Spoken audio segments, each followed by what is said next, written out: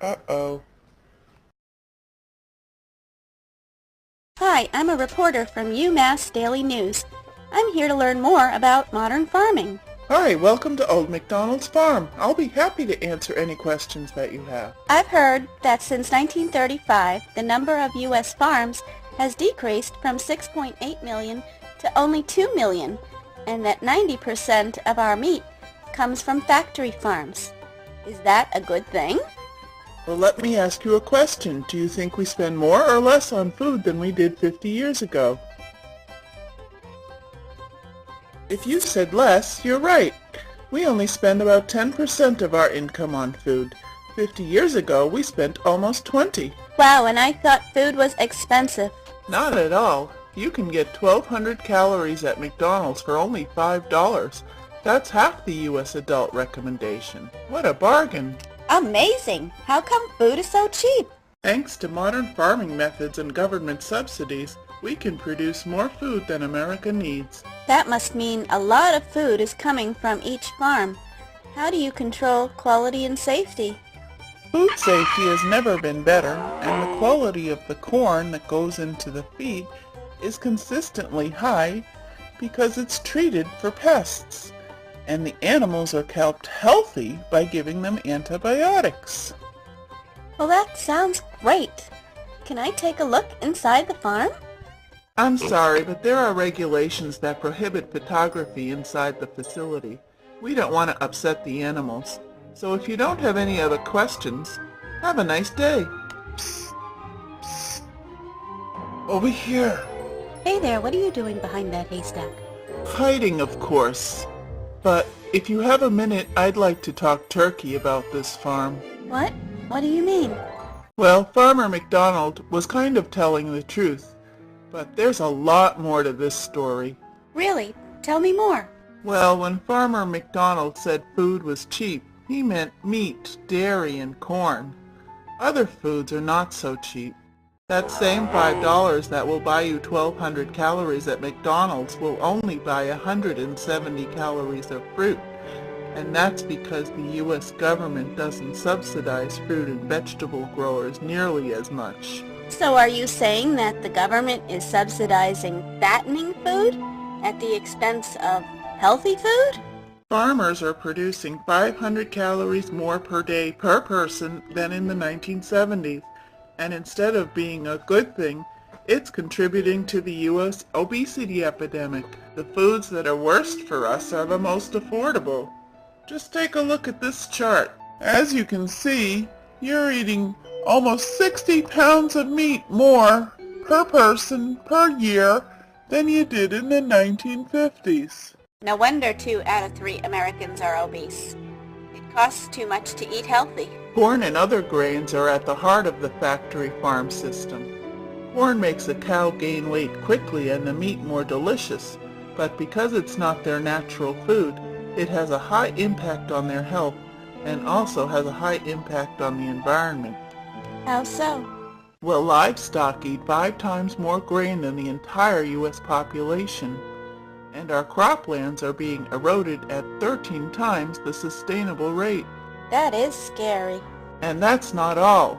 The environment around the factory farm can't support the dense population of farm animals, contaminating our land and water supplies with waste, chemicals, and antibiotics. In fact, the EPA says farm runoff is the main source of water pollution. Farm animals make 500 million tons of manure each year, 3 times more raw waste than the entire American population, killing aquatic ecosystems and increasing antibiotic resistance. Just take a look at this disgusting raw sewage contaminating our nearby stream. Large farm operations contribute to air pollution as well. Noxious and greenhouse gases are produced in vast quantities, and it takes 16 times more fossil fuel to produce 300 calories of meat than 300 calories of vegetables. This sounds like a serious environmental and health risk. Because of crowded conditions at the farm, animals are routinely given antibiotics just to keep them healthy. But ironically, it's causing a public health nightmare. Take a minute to read this scary study.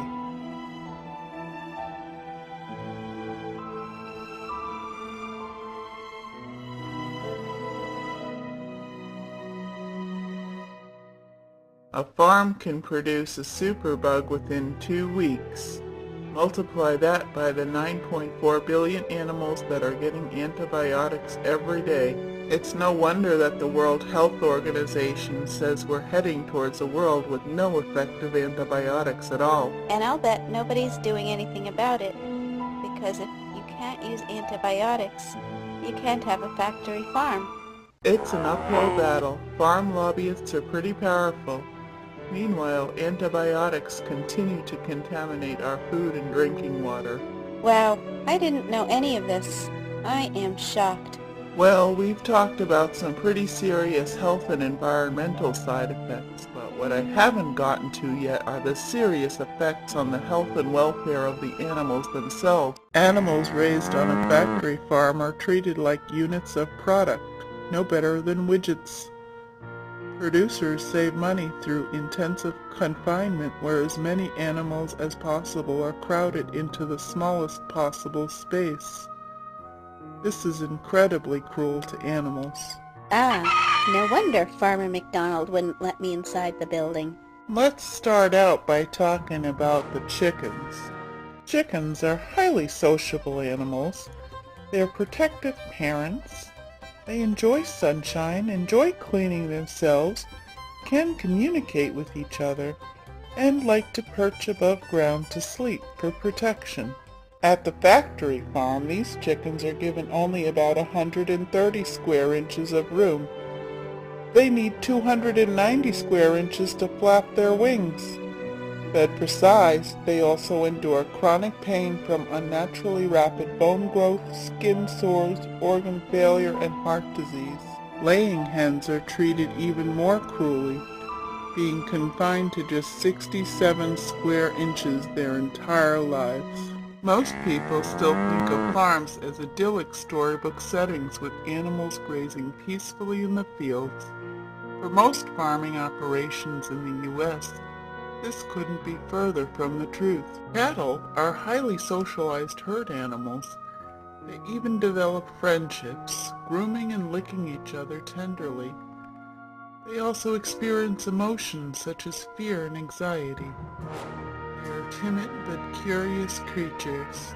People often think that cows spontaneously produce milk, but that's not true.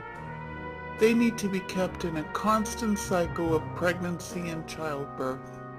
Kept in intense confinement, they're fed corn instead of their natural need for grasses and plants. The starch increases milk production, but causes them many health problems. Dairy cows are also given hormones to boost milk, but that stresses their bodies to the equivalent of jogging 6 hours a day every day. While a cow would normally live for 20 years, they're worn out after only 2 years and then sold for meat. Male dairy calves are of little use to the farmers, and they're separated from their mothers within days and sold for beef and veal.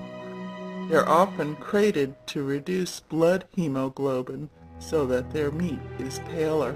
These poor babies cannot walk, turn around, groom themselves, or even lie down comfortably.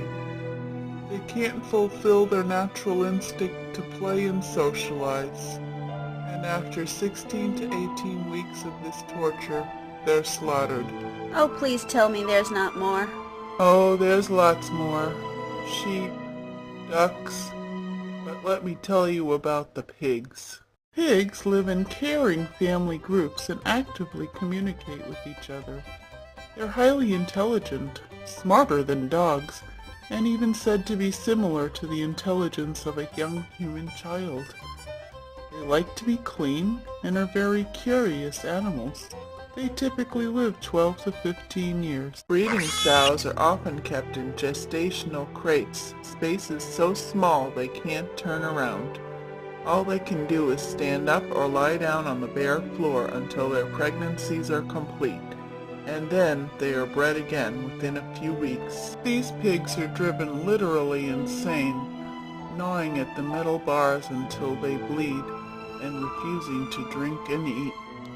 Pork pigs typically live in concentrated animal feeding operations, thousands of pigs living together in a single building.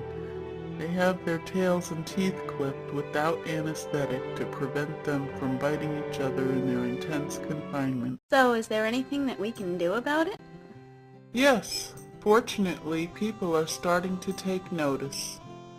Easy ways to help are to look for free-range, antibiotic and hormone-free meat and dairy, and reducing the amount of meat that you eat. Well, that's easy. Better yet, get involved and support new laws that protect animals, the environment, and public health. Support companies that buy free-range and organic products. Whole Food Market, Ben & Jerry's, and Chipotle, to just name a few. Thanks, Tom Turkey. I have a totally different story to write now.